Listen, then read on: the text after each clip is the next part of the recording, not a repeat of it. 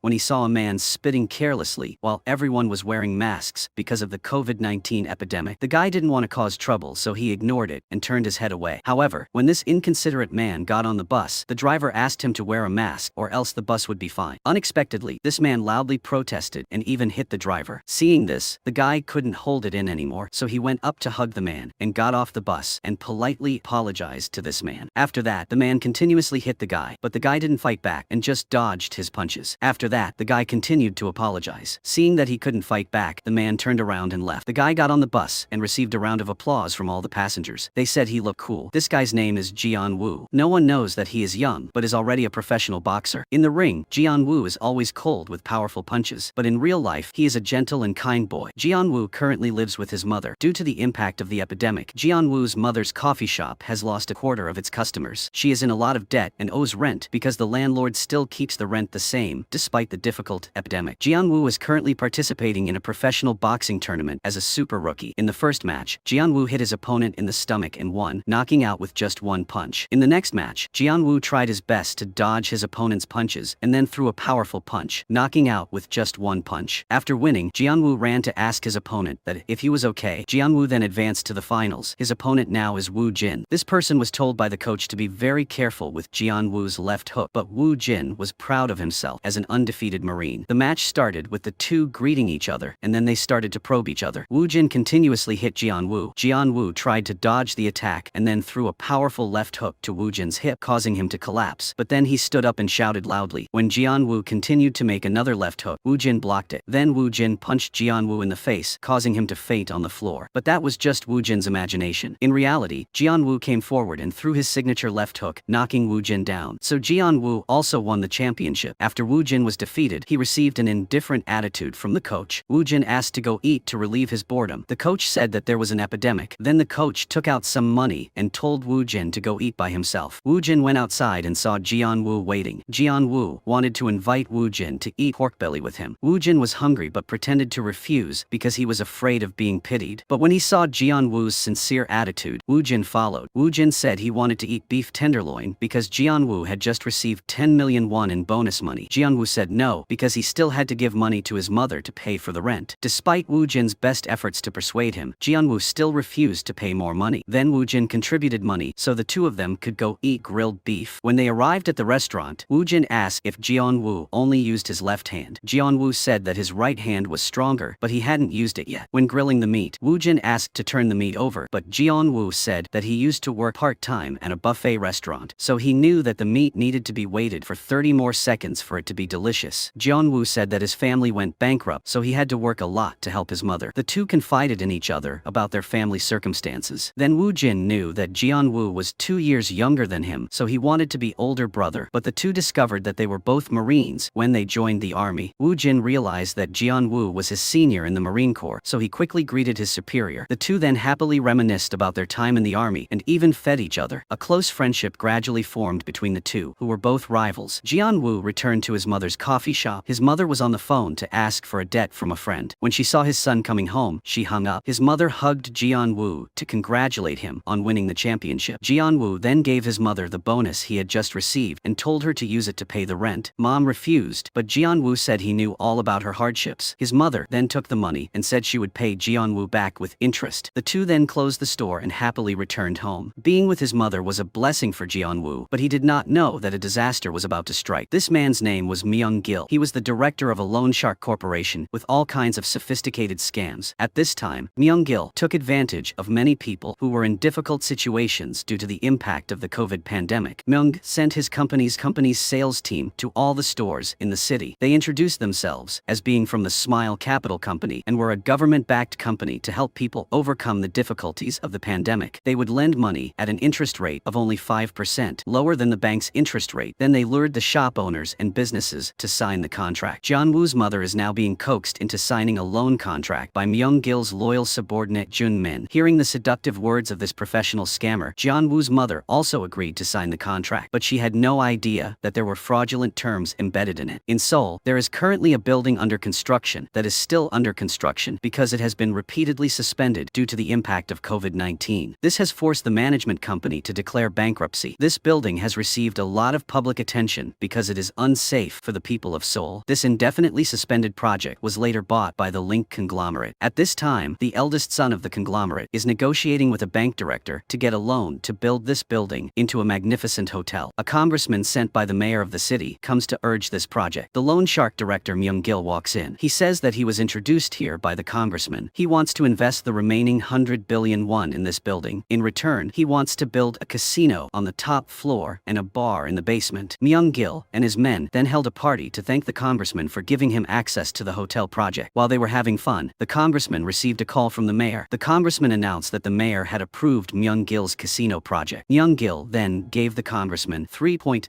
kg golden turtles. The congressman saw the pile of gold and bowed down to thank Myung-gil. But all the bribery scenes were recorded by the camera. Jeon-woo was going to the gym to practice boxing, but the gym announced that it would be closed for a week because several people tested positive for COVID-19. So sad. Jeon-woo called his new friend Woo Jin to invite him out. On the way to Woo Jin's house, Jeon-woo saw a man being chased and beaten by a young man. Jeon-woo followed and saw the man being beaten and lying motionless. Jeon-woo then chased after this strange young man. Then, Jeon-woo was electrocuted by this young man and lay motionless. Turned out to be a girl. The girl asked Jeon-woo why he was chasing her. She said that the man just now was a real scammer. She told Jeon-woo not to make any fuss. Then the girl left. This girl was Hyun-ju. She was the adopted granddaughter of Chairman Choi. This chairman had nothing but money, but he was a very virtuous person. He helped the needy people who didn't have money for medical treatment to borrow money and didn't charge interest. He took pleasure in helping the needy people. And Hyun-ju was tasked with investigating and collecting debts from people who pretended to be sick to trick Chairman Choi into borrowing money. Hyun-ju asked Chairman Choi how long he planned to extend this interest-free loan. Chairman Choi said that he had helped many sick people get money for medical treatment, and that was the highest interest rate. Chairman Choi knew that his niece was very reckless and often faced thugs alone, so he called a security company director to ask for a bodyguard to help protect his niece. When Jeon-woo's mother was about to close the store, Jun-min from the company came over. Jun-min told Jeon-woo's mother that she needed to pay a renewal fee of 10% of the loan amount within 24 hours of signing the contract, and now the interest had reached 48 million won. Jeon-woo's mother was stunned when she heard that. She said she would call the police. Jun-min heard it and went outside. Jeon-woo's mother pressed the phone to call Jeon-woo. While they were talking, a group of thugs broke in and vandalized the store. When Jeon-woo heard it, he was so angry that he ran back to save his mother. When he arrived at the store, he was stopped by the thugs. When he saw his mother being beaten by Jun-min, Jeon-woo immediately used his moves to knock down each thug to enter the house to rescue his mother. Jun-min trembled when he saw all his subordinates being beaten up. Jeon-woo walked in and asked if his mother was okay. Then he grabbed Jun-min by the neck. At this time, the director Myung-gil entered. He said that Jeon-woo's mother had borrowed money from his company. He told Jeon-woo to pay the debt. Jeon-woo said to compensate for the damage to the store first. Then Myung-gil told his tall and muscular subordinate to deal with Jeon-woo. This thug's name was In Beom. He had a strong body and a body that didn't feel pain. No matter how Jeon-woo hit him, he was fine. Then he used his head to knock Jeon-woo down. But then Jeon-woo stood up and hit him until his nose bled. In Beom was angry, so he grabbed Jeon-woo's neck and beat him up, causing him to collapse. Myung-gil told Jeon-woo that he really liked brave people. He asked Jeon-woo if he wanted to come back and work for me. Jeon-woo then spat a mouthful of saliva in Myung-gil's face. The director Myung-gil then used a knife to cut a line on one side of Jeon-woo's face. Jeon-woo was taken to the hospital by his mother to get stitches. The doctor said that he needed surgery to make the scar on his face less noticeable, but Jeon-woo refused because he had no money. Jeon-woo told Woo Jin that he had to get 30 stitches. Woo Jin told Jeon-woo to go to the police, but Jeon-woo remembered what Myung-gil said. Myung-gil said that if Jeon-woo went to the police, his mother would die, so Jeon-woo had to endure it. Woo Jin then showed Jeon-woo that there was a small line in his mother's loan agreement. Now the debt and interest had increased to 100 million won, so he needed to pay it back quickly, or it would increase further. Jeon-woo said that his family had no money left, so Woo Jin invited Jeon-woo to eat to ease the tension. Jeon-woo called his mother to inform her that they had encountered professional scammers and that they couldn't avoid it. Jeon-woo tried to comfort his mother. Jeon-woo then heard Woo Jin calling someone to borrow money to help him. Jeon-woo was so touched that he was about to cry when he heard that. Woo Jin then took Jeon-woo to meet a loan shark who was also his former boss. Jeon-woo said that he was scammed by the Smile Capital Company and now needs to borrow 100 million won to pay off his debt. The boss agreed to lend Jeon-woo 100 million won at an interest rate of 1% for 1 year, but on one condition: the two of them had to work as his subordinates to collect debts. He said that this profession was very hot when the COVID-19 epidemic broke out. Hearing that, Jin-woo stood up and told Woo Jin to go home. Jin-woo said that doing this meant bullying the weak. That was the action of a thug, not a fighter. The boss said that if he didn't pay the Smile Capital Company, they would take his organs. loans. No joke. Wu Jin then returned the money and left. He even boldly glared at his old boss. Wu Jin then called the director of the bodyguard company for help. Wu Jin and Jian Wu immediately ran to the company to talk. This director was also a former Marine who was Wu Jin's senior. He said that there was a rich man named Chairman Choi who needed a bodyguard. He had recruited many people, but none of them were suitable. He wanted to introduce 2 people to work for Chairman Choi. When Wu Jin said he wanted to come here to borrow some money, the director told them to go see Chairman Choi because he had nothing but money and he was a very kind person. Chairman Choi had the detective investigate and get Jian Wu's background. The chairman praised Jian Wu for looking trustworthy and hardworking. Driver O then gave Wu Jin's profile and said they should hire 2 people. Jian Wu and Wu Jin went to a sushi restaurant to meet Chairman Choi, but the sushi restaurant owner only allowed Jian Wu to see the chairman. Chairman Choi asked Jian Wu about the wound on his face. Jian Wu said that he got the wound when he stopped loan sharks from attacking his mother. Chairman Choi said that he used to be a loan shark but quit the business a long time ago. Now he is giving out interest-free loans to help people who cannot afford medical treatment. Chairman Choi is looking for a good person to be a bodyguard to protect his unrelated niece. Jian Wu is happy to know that he does not have to collect debts for hire. Chairman Choi said that he had investigated Jian Wu's background very carefully before making this decision. He then told Jian Wu the reason why he was determined to use money to help poor people who cannot afford medical treatment. Jian Wu also felt that Chairman Choi was a very kind person. Jian Wu went out and told Wu Jin that he probably did quite well in front of Chairman Choi. The 2 of them went to Jian Wu's house to have dinner with Jian Wu's mother. Suddenly, someone knocked on the door. It turned out to be Chairman Choi's driver. Oh, he gave Jian Wu a bag of money containing 100 million won. He said that this was 2 years' salary in advance. Driver O then informed Jian to start working tomorrow morning at 10 o'clock. When Driver O left, Jian Wu hugged the money and burst into tears because he had just received help from a benefactor. Jian Wu then went into the house to give the money and told his mother the whole story. His mother apologized to Jian Wu for ruining his future as a martial artist. Jian Wu comforted his mother and then thanked Wu Jin. At 10 o'clock the next morning, Jian Wu went to see Chairman Choi to receive the job. Wu Jin wanted to go in together to present and asked Chairman Choi to work with Jian Wu. The 2 went in to greet Chairman Choi. Wu Jin tried his best to show his ability in front of Chairman Choi and then asked for permission to work with Jian Wu. Already knowing Wu Jin's background, Chairman Choi agreed, but then Chairman Choi announced that he was only the one paying the salary. The 2 had to pass an interview with his niece, Hyunju, to be hired. Jian Wu asked what if he failed the interview. Chairman Choi said that he had to pay back the money. Jian Wu said that he had used up all the money to pay off his debt. Chairman Choi advised them to calm down and believe that they could do it. Chairman Choi then gave Jian Wu a card and told them to find something delicious for lunch. Chairman Choi said that the 2 of them should always be together like this. The 2 of them were now waiting to meet Hyunju in a study room. Wu Jin took a book and found that there was 100 million won inside. He then found that every book was filled with money. The 2 of them then put the money in the right place. Jian Wu told Wu Jin that he had met Hyunju when he chased her and was electrocuted by her. At this time, Hyunju also arrived. She was against President Choi hiring bodyguards for her, so when the 2 young bodyguards greeted her, Hyunju said bluntly that she didn't need bodyguards and bluntly sent the 2 young men away. She then called Wu Jin a bastard. This made Wu Jin feel offended and walked out. Jian Wu stayed behind and decided to kneel down and beg Hyunju. He said that he really needed this job because his mother was scammed by the Smile Capital Loan Company. The amount had reached 100 million won. Chairman Choi had just paid him 2 years of salary in advance to pay off his debt. If he didn't get this job now, he didn't know how he would pay back the money to Chairman Choi. Hyunju, who was also investigating the illegal activities of the Smile Capital Company, told Jian Wu to stand up and invited the 2 of them to eat. At the restaurant, Hyunju told the 2 of them about the bastard named Jae Myung that she was investigating. He lied that his mother needed surgery to borrow 10 million won from Chairman Choi and then disappeared. After investigating, Hyunju discovered that this guy and his accomplices pretended to be homeless people to steal the IDs of real homeless people. Then they used these IDs to borrow money from other loan sharks. Hyunju followed and found out that the scammers were working under the orders of the Smiling Company's underling, Junmin. Jian Wu recognized this guy as the one who came to his mother's coffee shop to collect the debt. Hyunju ordered the 2 to investigate how many ID cards the scammers had stolen in one night. She told the 2 that no matter what happened, they were not to show up or else the plan would be ruined. The scammer Jae Myung and his accomplices were dressing up to steal ID cards from homeless people. When the group got in the car, Hyunju immediately followed them in her car. Jian Wu and Wu Jin then followed them. Jae Myung went to talk to the homeless people. He said he was from the Seoul City Homeless Association. This organization is funded by the government. Anyone who joins will receive a monthly allowance. Just show your ID and you will be admitted to the association. You will receive the money the following week. One by one, the homeless people fell into the trap trap and gave their IDs to them. Then they came to lure an old man. After hearing the first sentence, the old man realized that these people had scammed him before, so he loudly demanded his ID back. The scammers continuously beat the old man. Jianwu wanted to go to help, but Wu Jin stopped him. But after seeing the old man's head being beaten so hard that it bled, Jianwu immediately ran over and knocked down the scammers to save the old man. Then the two of them appeared in front of the scammers. Jae Myung saw the red cat hat that Jianwu was wearing and ran away. Jianwu said that they needed to call an ambulance